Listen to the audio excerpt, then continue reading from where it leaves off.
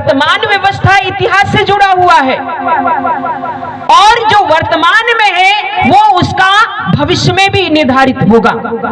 तो इतिहास, भूतकाल और भविष्य, जब आप टेंस भी पढ़ते हैं, काल को भी पढ़ते हैं, तो इसमें जुड़ा होता है। तो हमें इतिहास जानना बहुत जरूरी है। तो इतिहास में जो सिस्टम है, हमारे देश में जो सिस्टम है, 5000 साल पहले का सिस्टम जो था वो समता, स्वतंत्रता, बंधुता और न्याय पर आधारित था, गण व्यवस्था थी। तो गण व्यवस्था के बाद फिर वर्ण व्यवस्था आया कैसे, ये क्या ये जानना जरूरी नहीं है? जरूरी है। तो जो वर्ण व्यवस्था आया, क्योंकि इस देश में जब विदेशी बहुत से लोगों ने आक्रमण किया, शक आए, हूण आए, ना जाने कौन कौन आए, इसके बाद में मुगल आए, मुगलों ने यहाँ इस देश में 700 साल तक शासन किया, इसके बाद अंग्रेज आए। लेकिन एक इतिहास और पढ़ाया जाता है हमें कि इस देश में आर्यों का आगमन हुआ। शायद जो इतिहास पढ़ने वाले हैं, और 6वीं या 7वीं में भी ये है जहां तक मैंने पढ़ी हूं, आर्यों का आगमन ऐसा हमें पढ़ाया जाता है। दरअसल में आर्यों का आगमन नहीं हुआ था, आर्यों का आक्रमण हुआ था। और वो आर्यों का आक्रमण हुआ था कहां से? यूरेशिया से।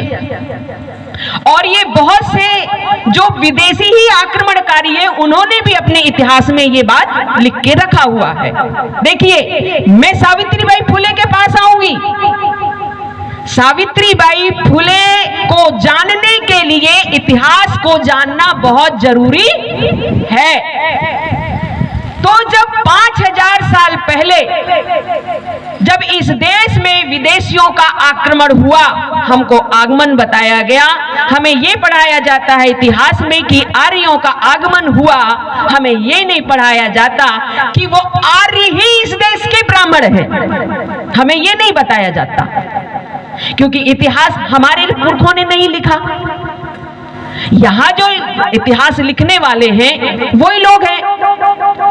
तो जो 5000 साल के इसकी यहां व्यवस्था को खत्म करने के बाद जब वर्ण व्यवस्था निर्माण किया गया, तो उस वर्ण व्यवस्था में 4 वर्ण थी। कौन कौन सा? ब्राह्मण, क्षत्रिय, वैश्य, शूद्र। ब्राह्मण, क्षत्रिय, वैश्य, शूद्र। तो सबसे पहले जो है वो ब्राह्मण है, आज भी है ही है। इसके बाद क्षत्रिय है, जो मानव को मानव ना समझे, इस व्यवस्था से हमारे महापुरुष गुजरे हैं। ये कारण है।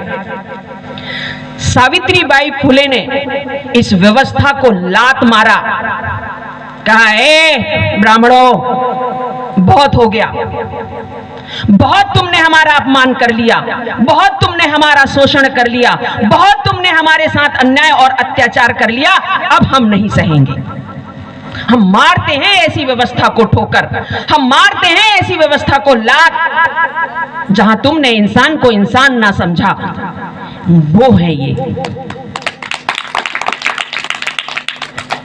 जब इन चीजों से जब हमारे महापुरुष गुजरे, सावित्रीबाई फुले नहीं, और भी हमारी महिलाएं हैं, फातिमा शेख, और ऐसे भी रानी अवंतीबाई है, उन्होंने भी इस व्यवस्था से जो है संघर्ष किया।